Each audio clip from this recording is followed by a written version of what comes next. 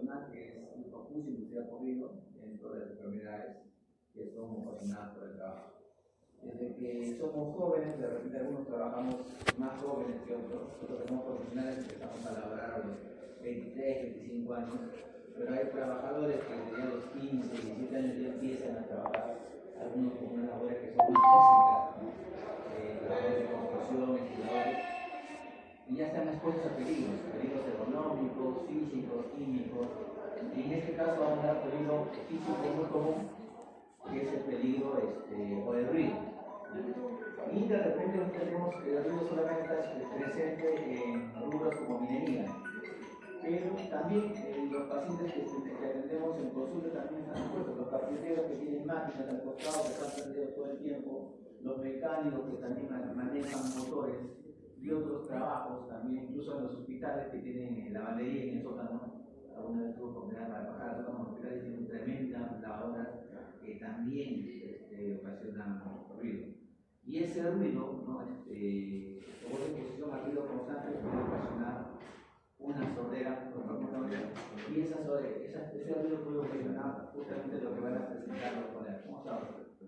Así que los presento, los dejo a cargo del doctor presento al doctor, nuevamente el doctor Achano, como residente de tercer año que este mes nos ha estado acompañando, viene de la ciudad de Lima, del Hospital Villarromenal, y nos van a dar una exposición sobre un hipoacusia inducida por ruido laboral. Así que lo dejo. Bueno, ¿qué tal? Muy buenos días con todos. Como mencionaba el doctor, yo pertenezco al Hospital de Bariati, soy parte de la unidad de seguridad salud en el trabajo. Bueno, en este mes estamos aquí para un tema de capacitación, conocer un poco más acerca de Villarromenal, sus procesos industriales, sus instalaciones que manejan, ¿no?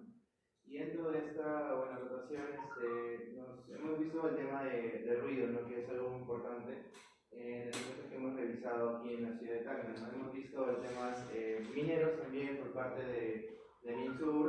He tenido la oportunidad de estar por la zona andina, por la parte de Palca.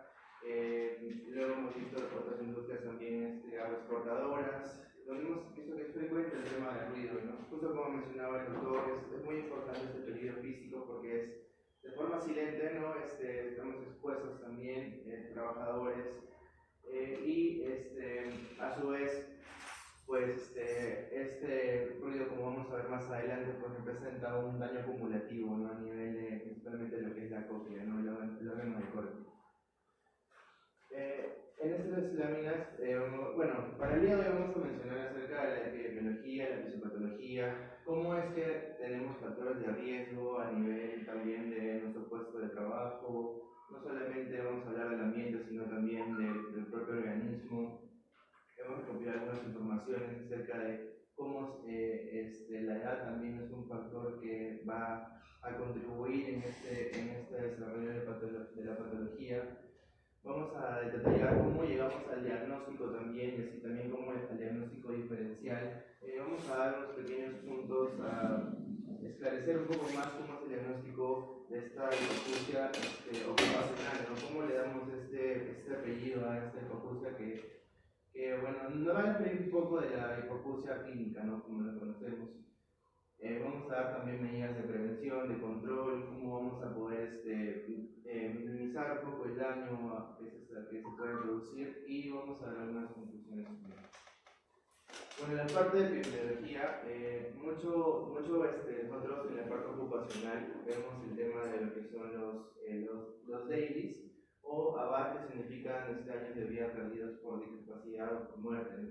Este dato epidemiológico nos da una carga de enfermedad, ¿no? ¿Cuántos años hemos perdido por muertes y por tema de discapacidad atribuible a una enfermedad? En realidad, vemos que el ruido ocupacional a nivel mundial tenemos que son 8.16 millones de años de vida perdidos, ¿no? Como esta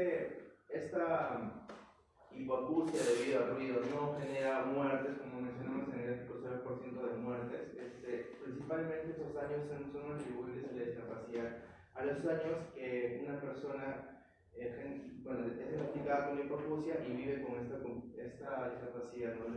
El tiempo de que transcurre desde el diagnóstico. mejor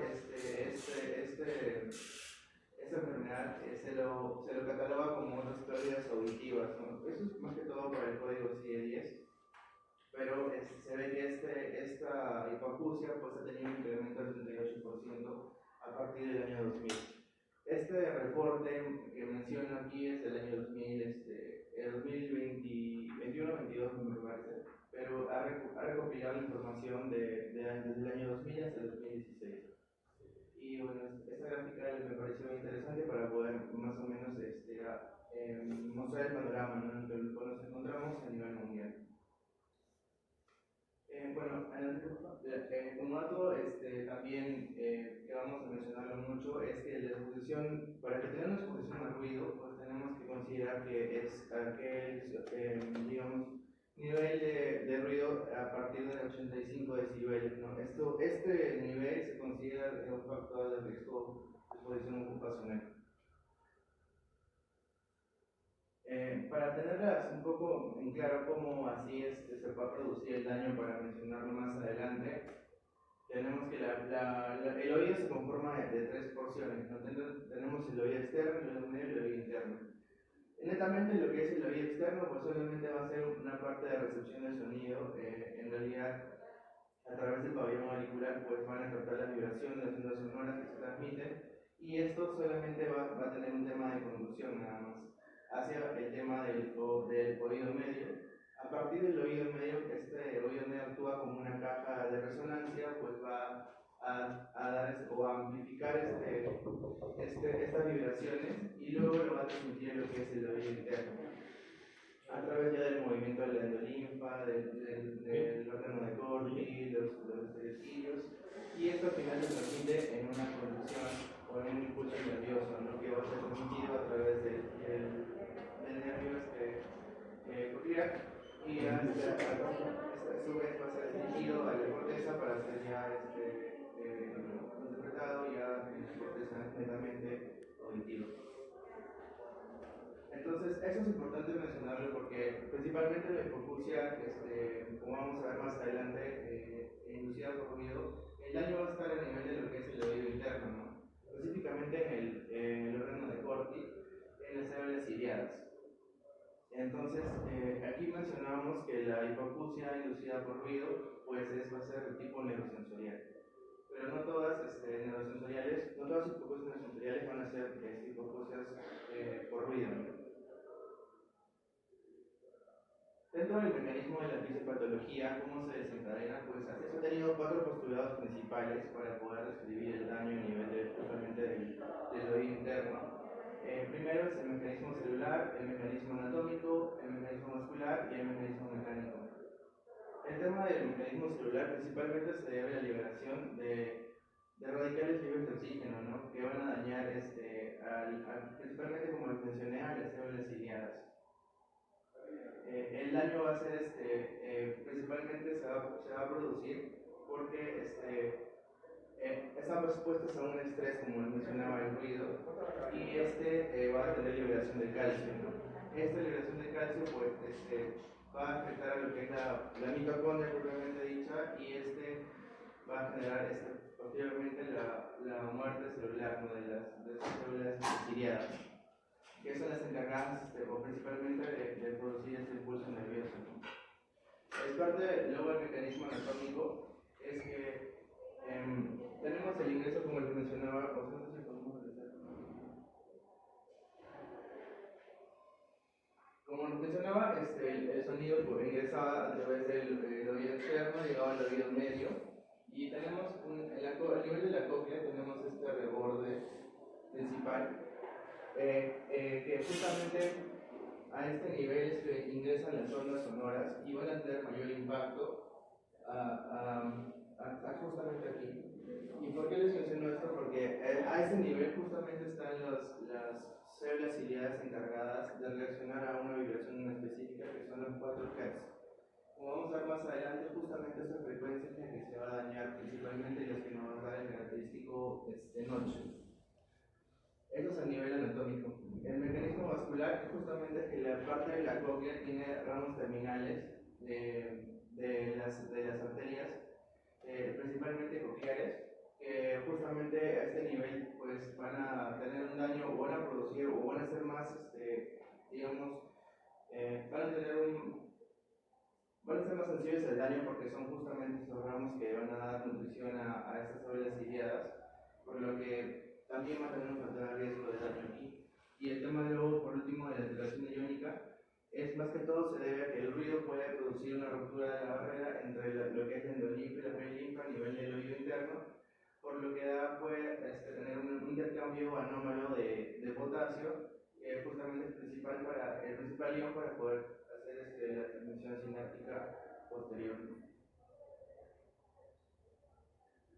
Entonces, dicho esto, pues tenemos un paradigma también en el ámbito ocupacional.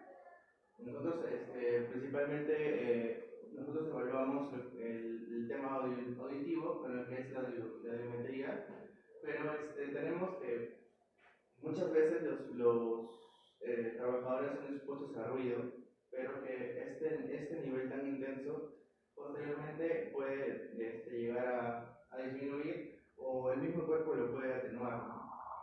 Es por ello de que siempre se pide que tengan un reposo aproximadamente de 16 a 48 horas previos a tomarle una audiometría, ¿no? Sin embargo, se ve que al momento de hacer este reposo, pues nosotros podemos catalogar a una persona, digamos, que está expuesta a ruido, le podemos catalogar como normal, teniendo en cuenta de que muchas veces esa exposición a ruido pues puede ser, como les mencionaba, acumulativa en el tiempo.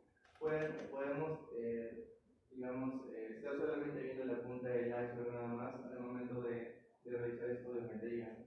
Es por ello que tenemos que tener en cuenta otro tipo de factores de riesgo, no solamente realizar una audiometría, sino también escribir los factores de riesgo del puesto, de la persona, también los síntomas que presentan, ¿no?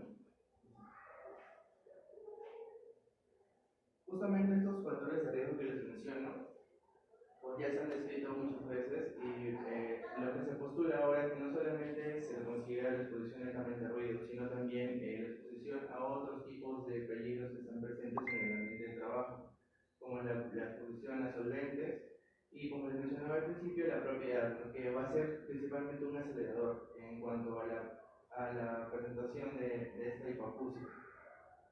En este caso están descritos solventes como el tolueno, estireno y sileno, ¿no? Que lo podemos encontrar principalmente en la parte de salud, están presentes en los laboratorios, ¿no?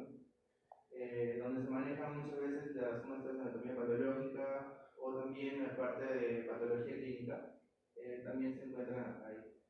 La parte de los metales, pues el plomo, mercurio, más en la industria minera, lo podemos ver ahí. Y la parte de la exposición acústica, pues, como mencionaba el doctor, pues no solamente puede estar presente en el ambiente de trabajo, sino también pues, puede ser fuera, ¿no? Para tenerlo en consideración. Entonces, la propia estabilidad de estos factores de riesgo, pues también contribuyen a la aparición o el diagnóstico de hipoacusia, ¿no? Entonces, dicho esto, el diagnóstico, ¿cómo así le damos el diagnóstico de hipoacusia inducida por ruido ocupacional? Para darle este periodo ocupacional, pues simplemente no solamente es la exposición al ruido netamente y el patrón compatible dado en la biometría, sino que tenemos que decir que tiene que existir también una coherencia temporal. Es decir, que mi trabajador tiene que haber estado expuesto al ruido previamente y no en el mismo momento o después. Tiene que haber siempre una coherencia de dosis respuesta. Como vamos a ver más adelante, nosotros en ocupacional pues damos el tema más que todo de los criterios de Bradford Hill que tienen que ver con el diagnóstico de muchas enfermedades, no solamente hipoacusia de ruido, sino también las demás que están relacionadas al trabajo. Y también tiene que haber la parte exclusiva de que estas patologías no pueden ser explicadas por otro tipo de enfermedad, no tiene que ser también netamente exclusivo por la exposición al ruido. Así tenemos una solución ocupacional positiva. En la parte luego de evaluación nos va a acompañar la doctora Sharon.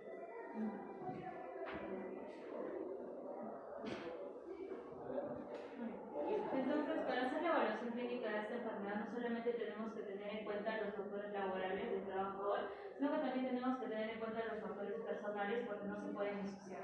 Como factores personales importantes dentro de la historia de lo que es la higiene auditiva de los trabajadores, tenemos que tener en cuenta, por ejemplo, el consumo de fármacos.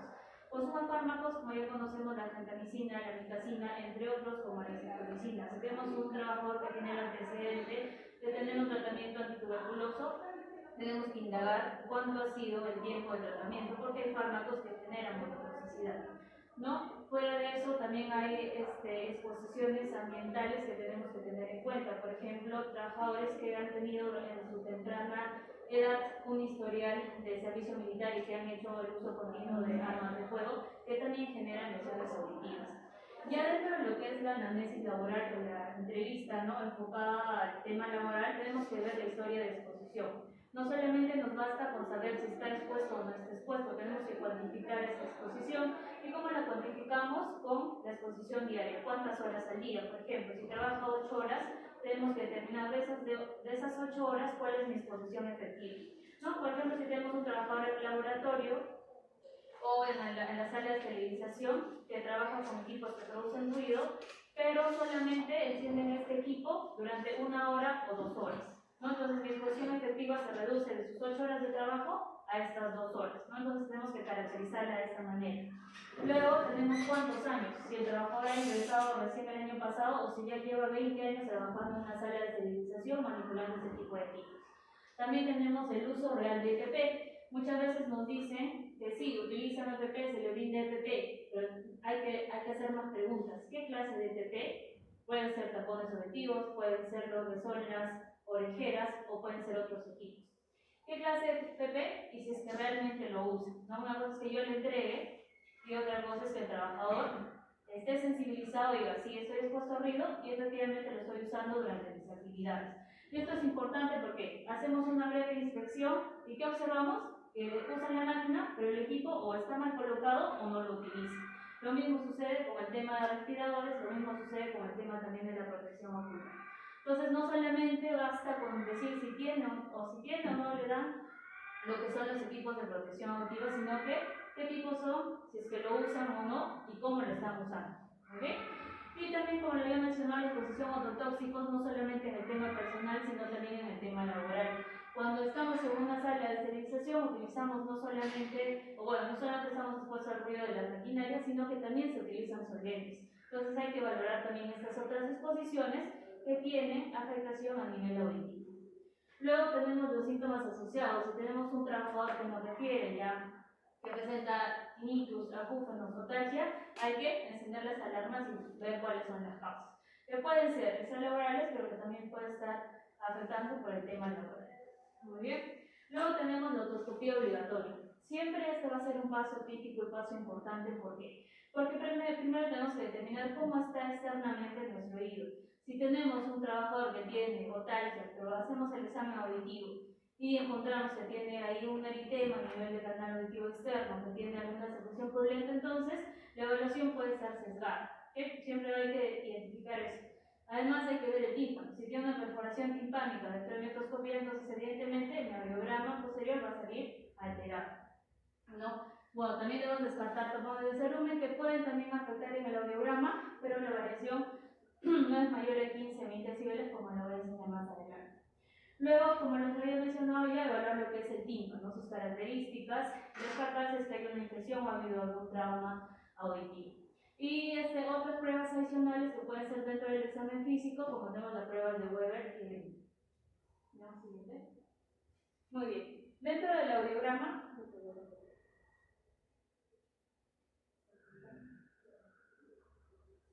vamos a colocar demás, ejemplos que vemos en la parte ocupacional, ejemplos reales para tenerlo mejor detallado.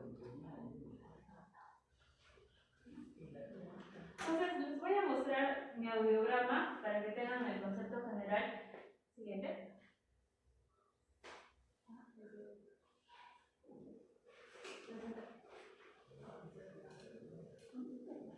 Entonces, cuando yo me hago mi audiometría, generalmente lo que vamos a ver es esto de acá, que es un cuadro que va a tener una columna, columnas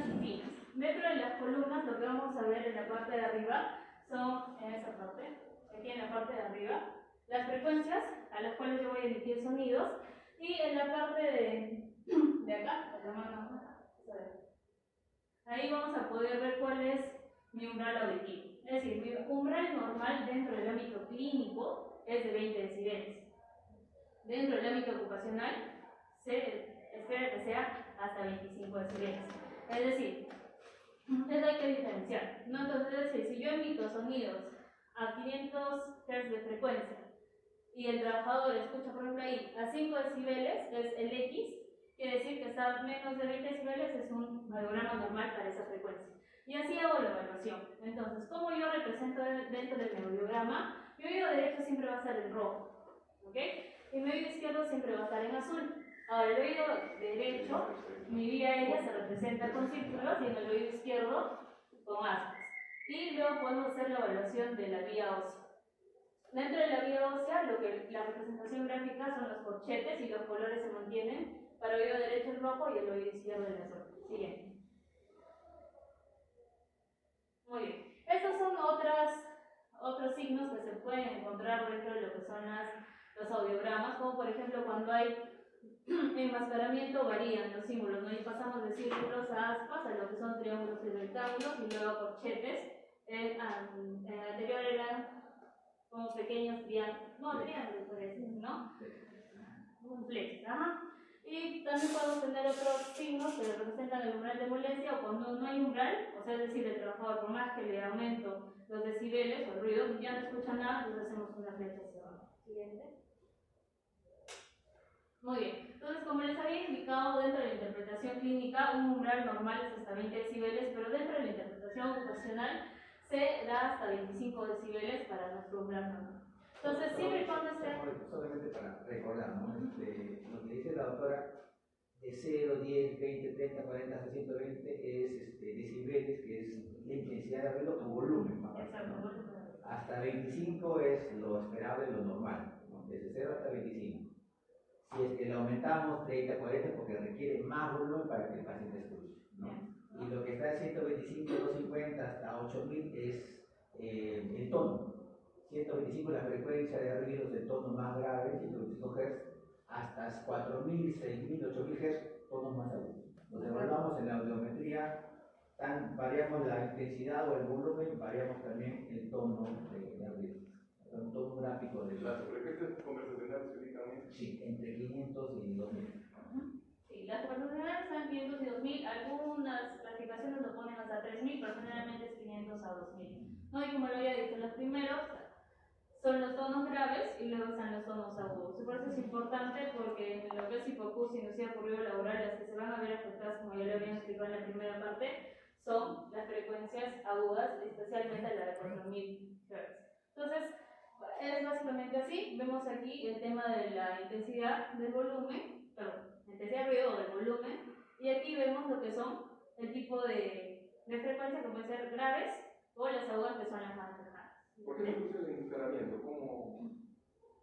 ¿Por qué se produce? Lo que pasa es que cuando hay tenemos un oído enfermo, cuando estimulamos al otro oído, puede oírse contralateralmente. Por eso es que se enmascara dentro de la audiometría. Si se da un ruido constante, según la evaluación, ¿no? Se da un ruido constante en el oído que tiene alguna afectación y luego vamos jugando con este de acá. Cosa que este oído no se genera como una caja, no de eco, por así decirlo. Entonces el enmascaramiento me sirve eso para tener un valor real y no un valor que va en función del otro oído. ¿Okay? Es un distractor. Listo. Entonces, dentro de mis patrones les voy a enseñar así rápidamente. Dentro de la audiometría vamos a tener tres tipos de patrones. Lo conocemos como un patrón alterado, de una hipoacusia conductiva, una hipoacusia neurosensorial y una hipoacusia mixta. Dentro de la hipoacusia conductiva tenemos una alteración en la transmisión, es decir, una afectación dentro de los primeros dos tercios, ¿no? Que es el oído externo y el oído medio. Pueden haber diferentes diagnósticos, puede ser desde un tapón de cerumen, que es un hallazgo completamente normal, pero también pueden haber patologías que afectan esta de acá, y podemos ver lesiones, ¿no? Dentro del pabellón auricular, un tumor o una masa a nivel de conducto auditivo externo ya me puede generar una hipoacusia conductiva. Entonces, En este caso, lo que vamos a ver dentro de mi audiograma es el famoso gap, es decir, una diferencia entre mi evaluación de la vía aérea y mi evaluación de la vía ósea. Siguiente. Muy bien. Entonces, como pueden ver aquí, tenemos la evaluación del oído derecho en rojo. El círculo representa mi vía aérea y la flechita va a representar mi vía ósea. Es importante conocer cómo hago esta evaluación para entender por qué es que hay una diferencia. Por ejemplo, si ven la flechita roja junto con el círculo para 250 Hz, si podemos ver ahí el círculo, mi vía aérea está en 60 decibeles, es decir, que el trabajo recién a 60 decibeles percibe un sonido, pero mi vía ósea está a 10 decibeles. Muy bien. Entonces, ¿qué es lo que pasa? Cuando yo hago la evaluación de la audiometría y evalúo la vía aérea, le coloco lo que son los audífonos, es decir, que emite un sonido que va a seguir la misma vía que ya me explicaba en la primera parte, ¿no? Pasa el conducto auditivo, va al tímpano, se transmite a través de los huesos, las vibraciones y luego genera el movimiento de la arteria linfa a nivel de la córnea, ¿ok? Entonces sigue ese camino. Pero ¿qué es lo que pasa cuando hablamos de vía ósea? Nosotros no colocamos ningún audífono, colocamos un vibrador a nivel de hueso. Y ese vibrador lo que genera es que esa vibración se transmite a través del hueso y llega directamente al tímpano. Entonces omite toda esa primera parte de conducto auditivo externo y va directamente a las vibraciones de tímpano y huesos. Por eso es que cuando nosotros tenemos una hipoacusia conductiva, nuestra vía ósea puede salir normal porque no estamos evaluando el tema externo, no estamos hablando de la oreja ni tampoco el conducto auditivo externo, sino que nos saltamos esa parte y vamos directamente al tímpano y huesecillos. Pero en mi vía aérea, como usamos la vía normal de ingreso de ruido, sí estamos evaluando tanto oído externo como oído medio. Por eso es que hay un gap. Si ustedes pueden observar, ahí hay una diferencia. El primero está en 10, 60 y 50 decibeles entre mi vía ósea y mi vía aérea. Y mi vía ósea está dentro de lo normal, pero mi vía aérea no, está alterada. Entonces eso quiere decir que hay algo dentro de mi oído externo o mi oído medio que no permite que la conducción aérea sea normal. Entonces, cuando vemos esta diferencia, esta separación entre mi vía ósea y mi vía aérea, ¿qué es lo que pensamos? En una hipoacusia conductiva. Siguiente. Luego tenemos las hipoacusias neurosensoriales. Entonces, las hipoacusias neurosensoriales van a haber las lesiones, pero ya a nivel de oído interno, ¿no? El último tercio, y ya también vemos en la parte que va o conduce ya lo que son los impulsos eléctricos a nivel cerebral, ¿no? Entonces, aquí no solamente vamos a ver alteración de lo que es mi vía aérea, sino que va a acompañarse por mi vía ósea. Entonces, como pueden ver, tanto por el oído izquierdo, ¿no? Que es el azul, podemos ver que el aspa y la flecha azul van de la mano, no van acompañadas en todo momento. Eso quiere decir que tanto mi vía, por ejemplo, acá, la parte final, ¿no? Que es donde ya tiene un umbral en ambos casos, tanto mi vía como mi vía ósea ya tienen un umbral alterado. Entonces, es fácil. Si tienen una separación y van caminando paralelamente, yo pienso en una hipoacusia conductiva, y si van de la mano caminando, pienso en una hipoacusia neurosensorial. Luego tenemos una hipoacusia mixta, que es una combinación entre la convulsiva y la neurosensorial. Bueno, y básicamente aquí observamos, ¿no? la oreja del oído derecho, en la cual podemos ver que inicialmente caminan separados, luego vuelven a unirse, pero en la parte de las frecuencias agudas caminan juntos. Entonces hoy es una hipoacusia mixta porque tiene tanto un componente conductivo como un componente neurosensorial para el mismo oído. Muy bien, entonces básicamente estos son los tres patrones que podemos encontrar dentro de un audiograma.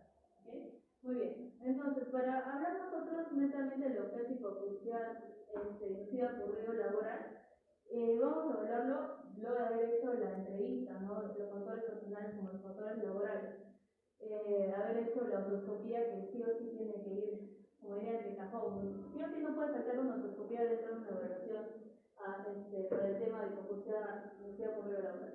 Y finalmente vamos a ver nuestro audiograma. Como había dicho, nuestro audiograma va a ser de qué tipo de patrón. una hipoacusia neurosensorial. ¿No? Entonces este patrón o este patrón va a tener características bien importantes y bien típicas. En primer lugar, como ya habíamos mencionado, por el tema anatómico, por el tema vascular, la primera frecuencia que se va a ver afectada es la de 4000 Hz. Por eso, cuando ustedes observen un audiograma de una hipoacusia inducida por ruido, vamos a ver que a nivel de 4000 Hz vemos una caída, ¿no? O también conocido como un escotoma o un notch. Entonces, esa caída va a ser, dependiendo de la gravedad, puede ser leve o puede ser bien pronunciada, como el caso de, ¿no? Sin embargo, la segunda característica típica de una hipoacusia inducida por ruido laboral es que luego de esa caída hay una recuperación, ¿no? Porque recordemos que anatómicamente 4000 Hz está acá, 5000, 6000, 8000 ya está más arriba, entonces no hay tanto daño a esos niveles. Por eso es que hay una recuperación posterior. Es importante recordar esta recuperación porque eso me va a también diferenciar de otros diagnósticos, como por ejemplo la presbiacusia, ¿no? La presbiacusia, que es una pérdida auditiva por el tema asociado a edad principalmente, vamos a ver esa caída, pero no se recupera. Entonces es un gráfico que viene así en picada, ¿ok? A diferencia de una hipoacusia inducida por ruido laboral que vemos la picada a nivel de 4000 Hz, pero luego viene un ascenso posterior. Esa es la segunda característica. La tercera y cuarta característica es que una hipoacusia inducida por ruido es bilateral y simétrica. Es decir, yo no voy a encontrar una hipoacusia inducida por ruido solamente en un oído y el otro normal, sino que tiene que ser en ambos, y el gráfico, el patrón, tiene que ser parecidos. No iguales, pero sí que sean simétricos. ¿Ok? Siguiente. Bien, esto es básicamente lo que ya habíamos visto, ¿no? Observamos un descenso progresivo a nivel de frecuencias agudas con su máxima expresión en los 4000 Hz, que luego tiene una recuperación a los 8000 Hz y se conoce, ¿no?, como el escotoma o notch con su recuperación en frecuencias más altas. Obviamente, en el cuadro de arriba observamos que esto es un patrón neurosensorial y que va a ser bilateral y simétrico. Es decir, que si yo luego mi vía ósea, estos van a ir acompañados de la mano, ¿no? Simulando este patrón. Siguiente. Muy bien. Esto de aquí es básicamente un cuadro que ya resumen de lo que ya se había visto, ¿no? Que tenemos otros patrones, como es la hipoacusia conductiva y la hipoacusia mixta. La hipoacusia conductiva va a estar, las lesiones van a estar ubicadas a nivel de oído externo y oído medio. El mecanismo es obviamente ese bloqueo en la transmisión, que puede verse a un tapón de cerumen, pero también puede verse a otras patologías como masas a nivel de un conducto de oído externo, entre otros. Causas comunes o laborales, tapones de cerumen, puede ser un barotrauma o una perforación timpánica. En la hipoacusia mixta ya es una afectación de ambos, no tanto el tema de conducción como el tema conductivo y el tema neurosensorial, ¿no? Y causas pueden ser traumatismos craneales severos, puede ser una fractura con una lesión a nivel encefálica, una otitis cólica severa, ¿no?, por ejemplo, con daño coclear, con perforación timpánica también puede generar estos patrones mismos. Y en la hipoacusia neurosensorial, como habíamos mencionado, la hipoacusia inducida por ruido es neurosensorial, pero no toda hipoacusia neurosensorial es inducida por ruido, ¿no? Entonces el mecanismo aquí de daño es, la ubicación del daño es en el oído interno, y el mecanismo es esa falla en la transducción o transmisión nerviosa. Entre las causas laborales tenemos a la hipoacusia inducida por ruido, también tenemos al trauma acústico agudo, que es una exposición a volúmenes altos de ruido, también tenemos la presbiacusia por el tema metálico. Muy bien, este es el diagnóstico diferencial. Esto de aquí, en los primeros niños podemos ver dos patologías que me van a mostrar un patrón neurosensorial dentro de la audiometría, que es la hipoacusia inducida por ruido y la presbiacusia. En el tema de la presbiacusia, como habíamos mencionado, es una caída progresiva en las frecuencias agudas, sin esa recuperación final en frecuencias más altas, que lo va a diferenciar de la hipoacusia inducida por ruido. En ambos casos es típicamente bilateral y simétrica, y generalmente la presbiacusia ya suele encontrarse en edades avanzadas. En la historia de la hipoacusia inducida por ruido lo podemos encontrar tras 10-15 años de exposición a ruido, es decir, si uno se pone a contar a los 20 años, yo a partir de los años 30, 35 años yo podría evidenciar un daño, ¿sí? Entonces no necesariamente va a estar en personas de educatario. Bien. Muy bien. Y esto es básicamente para términos generales. Nosotros clasificamos el tema de la severidad, utilizamos diferentes escalas, hay diferentes escalas, como sabe que es la Globos adaptada, también hay una escala a nivel de OMS y entre otras organizaciones. Y en esta escala diferenciamos entre un trauma acústico y una hipoacusia por ruido. En el trauma acústico es una exposición aguda, un evento agudo a un ruido intenso, a diferencia de una hipoacusia por ruido que es una exposición crónica al ruido. Entonces el trauma acústico puede ser, en este caso no hay pérdida conversacional, es decir, en ningún caso sea leve o severo voy a tener pérdida de mis rangos conversacionales, es decir, que van de 500 a 2000 Hz. A diferencia de la hipoacusia por ruido, donde sí puede llegar a haber una alteración de mis frecuencias conversacionales cuando hablamos de casos moderados severos. Muy bien, entonces, tanto el trauma acústico se va a dividir en leve avanzado y la hipoacusia por ruido se va a dividir entre grados de leve moderado severo. Muy bien, dentro de las estrategias de intervención tenemos que tener en cuenta que se puede intervenir y se puede actuar a diferentes niveles, no solamente en la persona, sino también se puede actuar a nivel de la organización y a nivel de la fuente. Cuando hablamos de la fuente, podemos hablar de medidas las más eficaces, como son las medidas de eliminación y de ingeniería. Es decir, si yo tengo un equipo malogrado que emite mucho ruido, lo más práctico es que quite ese equipo y utilice otro que esté en buen estado, o en este caso sería una sustitución, o en todo caso, si veo que hay uno más moderno, por así decirlo, que emite menos ruido, elimino el antiguo y utilizo este nuevo. Luego, medidas de ingeniería, hay también adaptaciones que se pueden hacer en el ambiente. Por ejemplo, si tenemos un equipo que emite mucho ruido, podemos aislarlo dentro de una cámara, que sería una medida de ingeniería. Podemos también poner lo que son superficies antivibratorias, porque las vibraciones obviamente también generan ruido, y esto van a ser medidas de ingeniería a nivel de la fuente. ¿Okay? Luego también está a nivel de la organización. Y a nivel de la organización, ¿qué podemos hacer? Controles administrativos. ¿Como cuáles? Por ejemplo, reducción del tiempo de exposición. También podemos hacer la rotación de turnos, señalización de áreas de trabajo donde hay uso de equipos que emiten mucho ruido, y también con las pausas, sobre todo en zonas de silencio. Entonces, estos son los controles a nivel de organización que podemos realizar.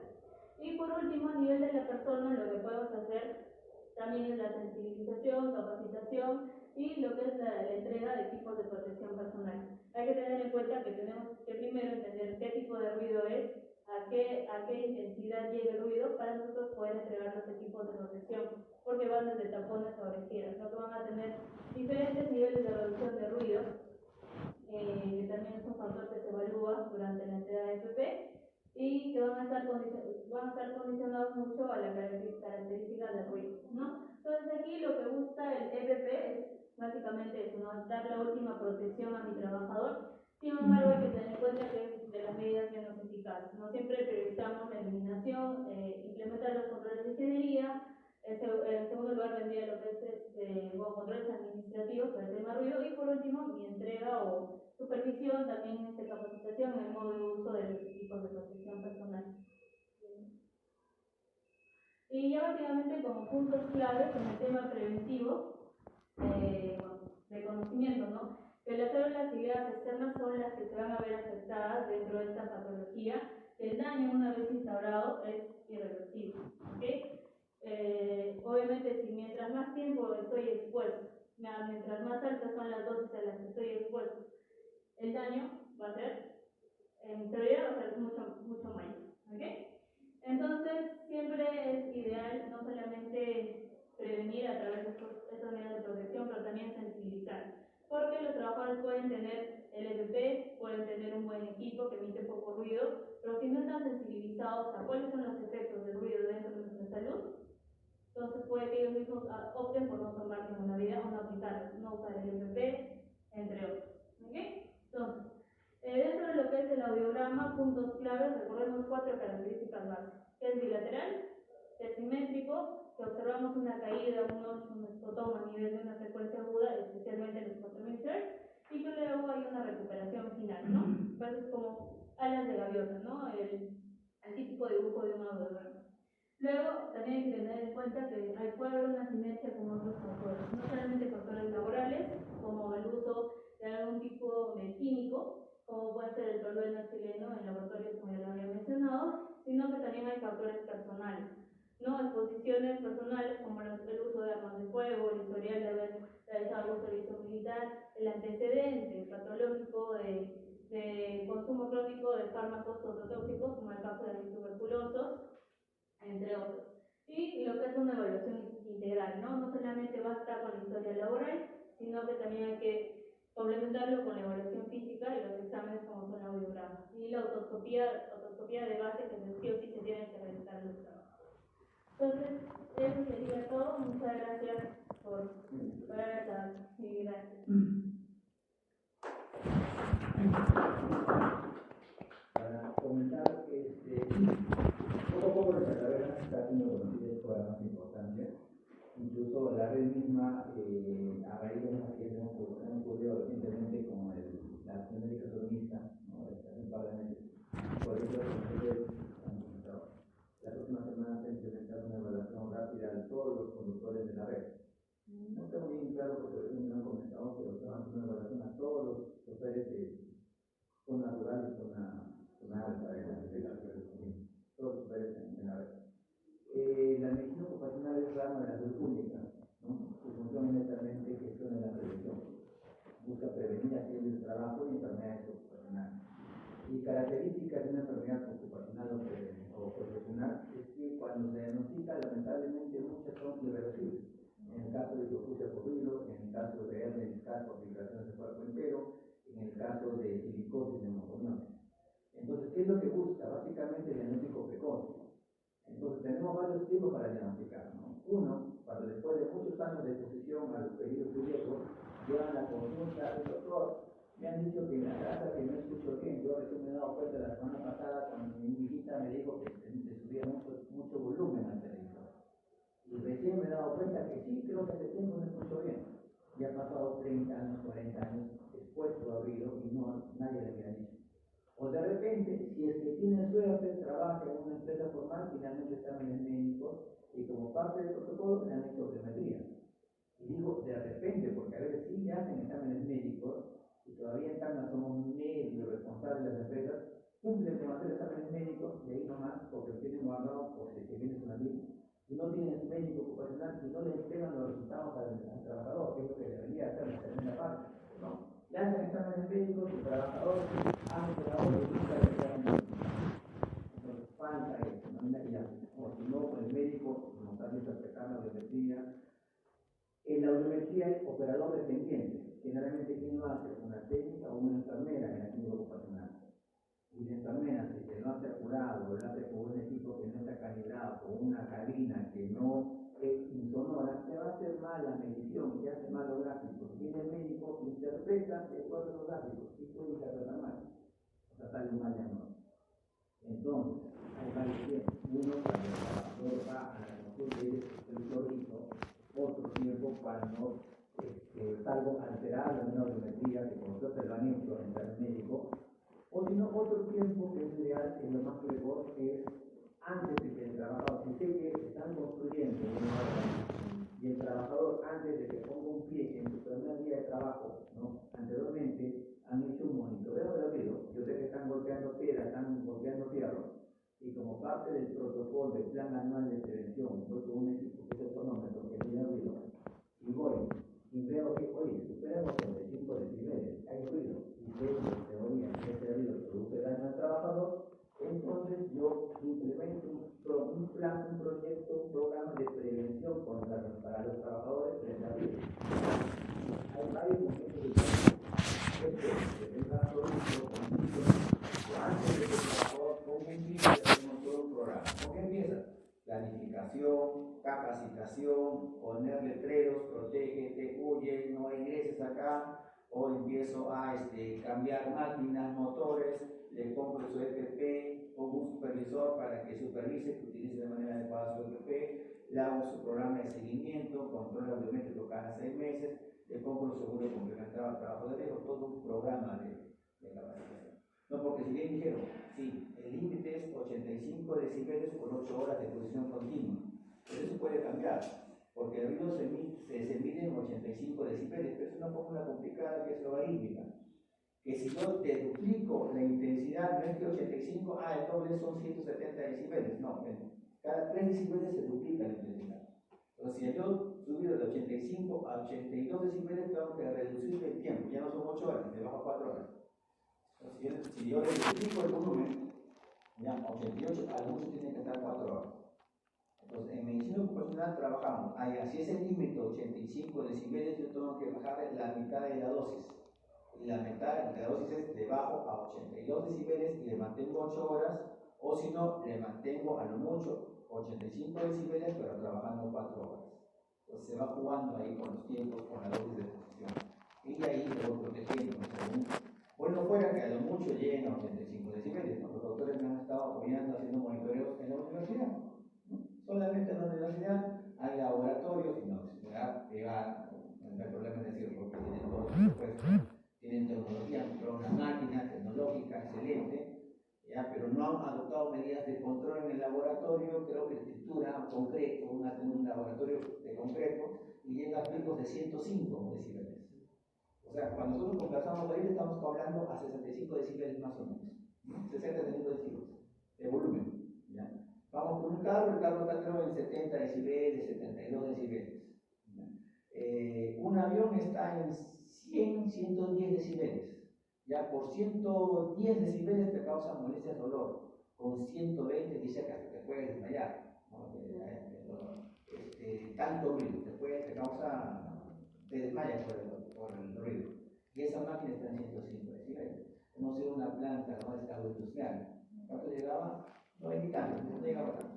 Pero el tema está que está a 94 decibeles, estás trabajando a 2 metros durante, bueno, fueron 2 días, estás trabajando 5 años, 10 años, y te va, después de 5 años, te va a causar dolor, no solamente dolor, molestia, sino te va a causar hipoacusia, sordera.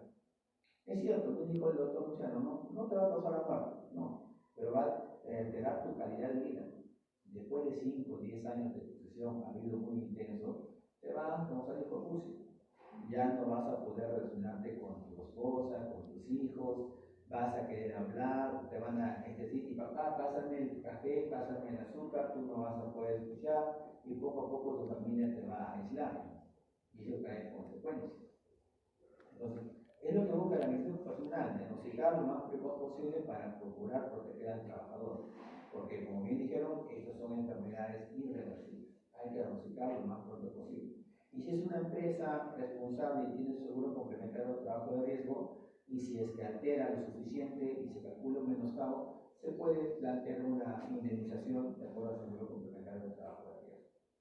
Esta enfermedad de hipoacusia por ruido es la más notificada a nivel nacional, y tomando en cuenta que hay muchos subregistros de enfermedades ocupacionales, demasiado, ¿no? Una consulta, viendo no tan lejos de otro punto manejar lo que ocurre día a día. Por ejemplo, en los departamentos ahí en Lima, ¿no es cierto? Sabemos que el ruido es terrible, ¿no? Yo cómo puedo prevenir eso, ¿no? Por ejemplo, donde estábamos en el departamento, al costado están empezando a construir una torre todos los días, excepto los sábados y domingos. Entonces, ¿qué tan efectivo de protección van a ser los tapones, ¿no?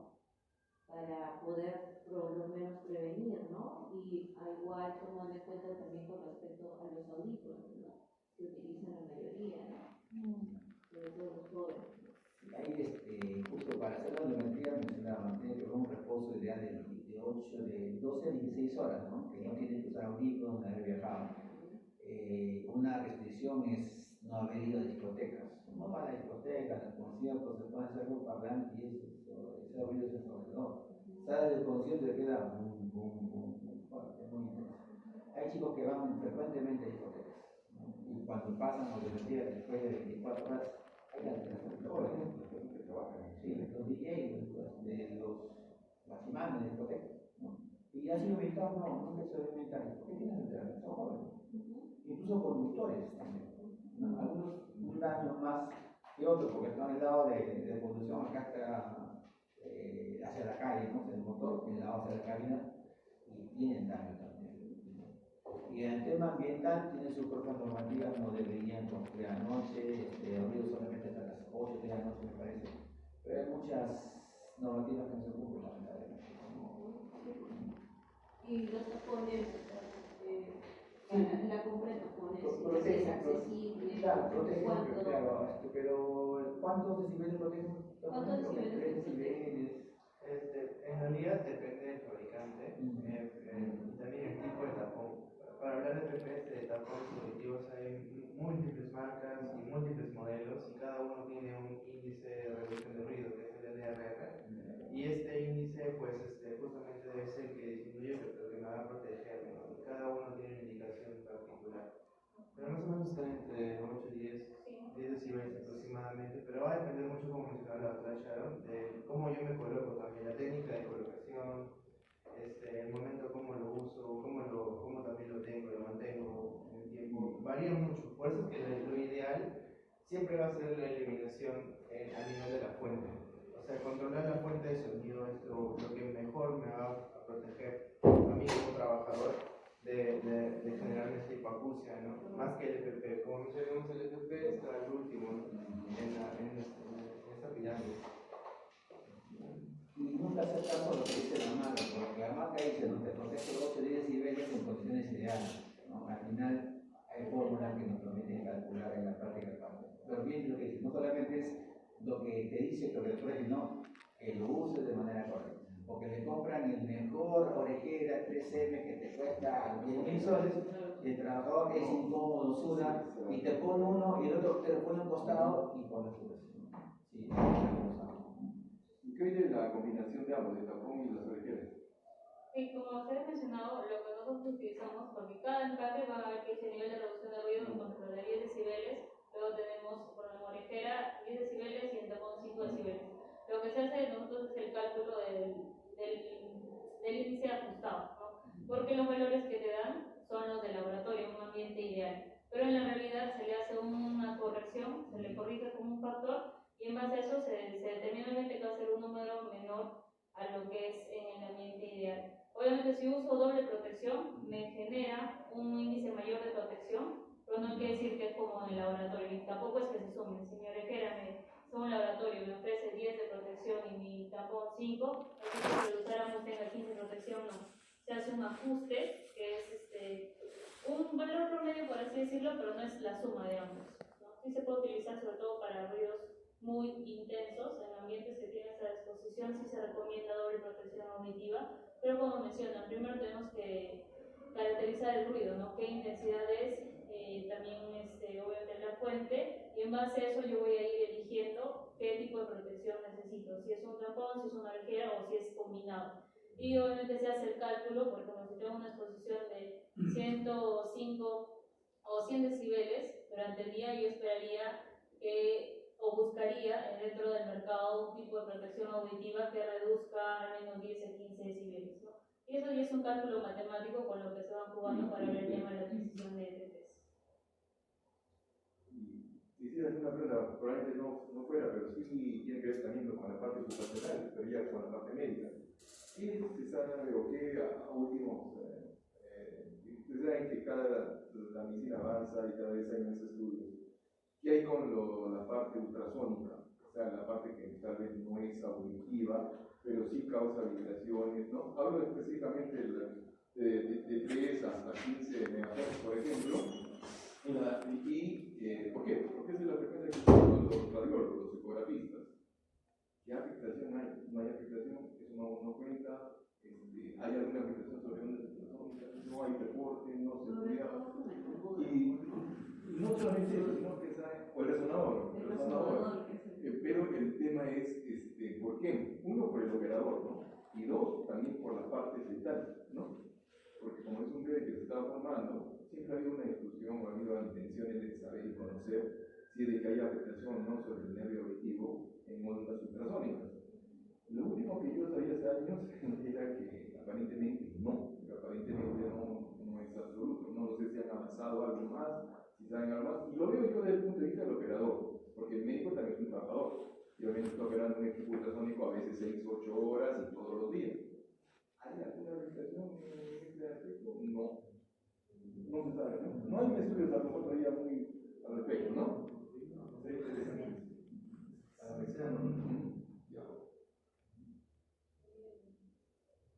Para comentarles un caso, doctor, ocurrió el día de ayer, me llamaron, no estaba así, me llamó un biólogo John Centeno, lo conocen, un biólogo católico, muy activo John, que se pinchó con un paciente VIH positivo.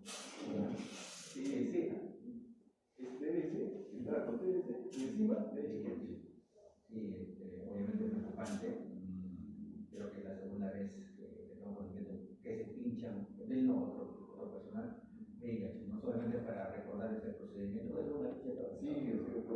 Y felizmente ya se logró superar los problemas que habían al inicio. Cuando llegué, anteriormente no había protocolo con salud. Todos los trabajadores CAS y nombrados tenemos seguro complementar el trabajo de riesgo con salud. Lo que corresponde es ir a de salud, nos llevar un formato de notificación de accidente de trabajo que tenemos, que se descarga de salud o se imprime. Son datos generales, me pinché simple, ¿no? Si no está el gerente, cualquier médico puede firmar, va a admisión y dice, me he accidentado, me he pinchado en el trabajo. Es en admisión, no es con el médico de la consulta. En admisión le ponen el código y es atendido. Anteriormente, en los primeros casos que tenían ventana, se miraban la cara porque no sabían qué hacer. Ellos tenían sus protocolos para cuando su personal se accidentaba. Pero cuando venía alguien de MINSA, no sabían qué hacer, que hay que hablar con el director, que no sé, que es solamente para nosotros. Claro, felizmente ya se ha superado, ya tiene su kit para personas de salud que tienen salud. Y ayer lo han atendido en documentación muy bien, le han hecho sus exámenes, le han dado tratamiento por un mes, tiene su control la próxima semana.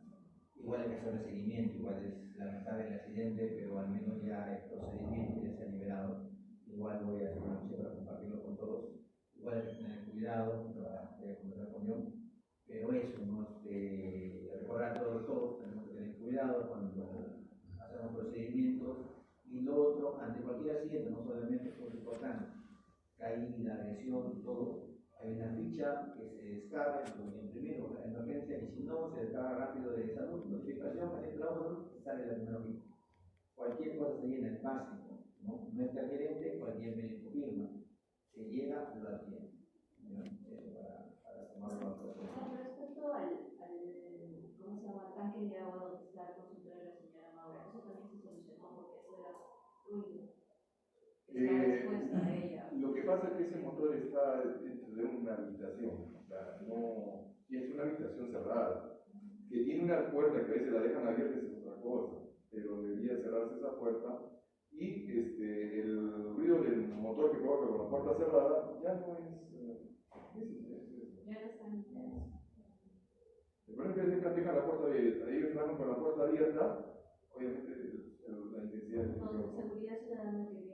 Y la puerta del motor es pequeña, ustedes se han dado cuenta, Sí, ¿no? Es una es puerta pequeña. pequeña, o sea, con lo cual aísla mejor el ruido, pero a veces la dejan abierta, pues, y la señora Maura atiende con la puerta abierta también a veces, entonces obviamente el ruido va a ser así, ¿no?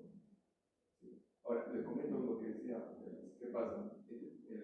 Yo aparentemente se puso nervioso al conocer que era un paciente con VIH.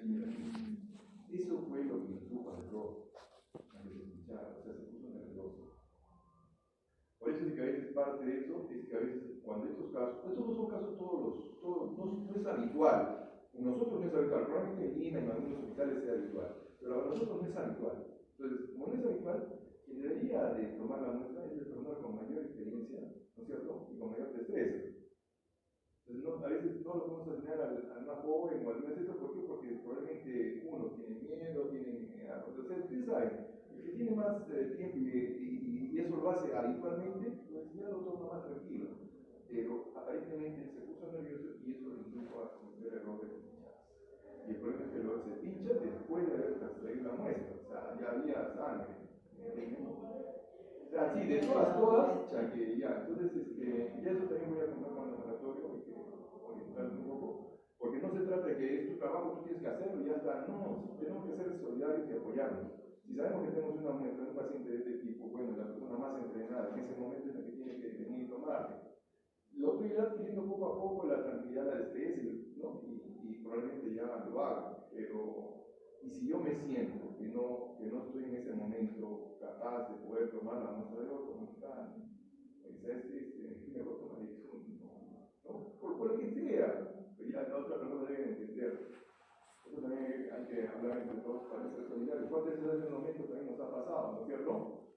difíciles, a veces llamamos viene alguien, nos ayuda, nos apoya, a veces entre los dos, ¿no? Así que entonces eso es lo que tenemos que Y hacer. por ejemplo, yo con las agujas para los bloqueos, para la acupuntura también utilizo los guantes, ¿no? Es un poquito, digamos, súper, hay que utilizar la sí, Esperemos que todo salga bien nomás, con moción. Le dan su seguimiento nomás, ya saben. Es bueno sobre todo analizar los errores o lo que pudo haber pasado y para poder después aprender y evitar, ¿no? Bueno, la cosa es la preventiva, pues, ¿no? Realmente no hay mucha prevención. Imagínate, tú, un edificio que tengas ahí, gente a comparación de una manada entre cantidad para el otro edificio que está construyendo. Por eso que le estaba preguntando al doctor el uso de los tapones, ¿no? Porque generalmente el ruido es intenso todos los días, no es lo que me dicen mis hijos, ¿no? Todos los días excepto sábado y domingo. Entonces yo, ¿qué tengo que agarrar? Preventivamente tengo que buscar la idea del uso de los tapones para cuando ellos están en la tarde, ¿no? Y llegan, pues para disminuir, entre comillas, un poco, ¿no? Por eso era la pregunta, más que todo, porque no se puede hacer. También las ventanas personalizadas que ya han salido. Ay, pues a veces no ponen eso dos. Ah, Sí, bueno, claro. ya es cuestión de uno a veces, ¿no? Claro. Son ventanas personalizadas que ayudan también a... Ya hay una empresa, pero no hay. Hay varios. Vienen a poner a sacar, ¿verdad? Vienen a sacar. Fabiola. Ella mandó Herrera Lima. Hasta acá vienen. Hasta Le voy a acá. preguntar a Fabiola. Sale un poco más caro, pero viene, le toman las medidas y después de eso tienen. Las ventanas son construidas especiales, o sea, a medida.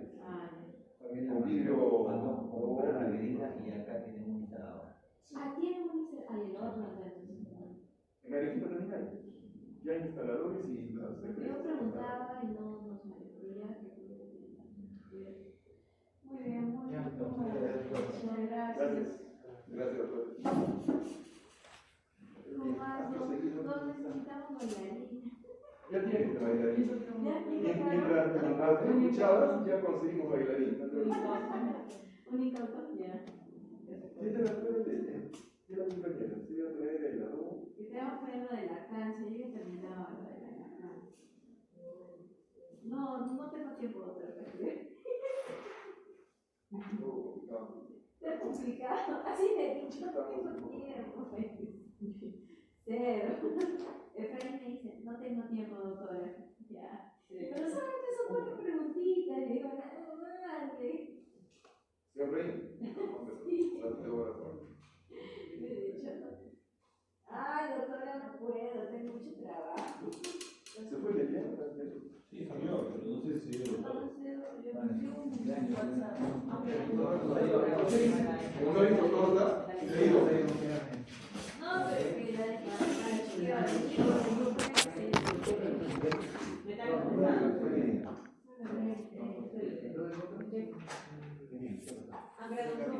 la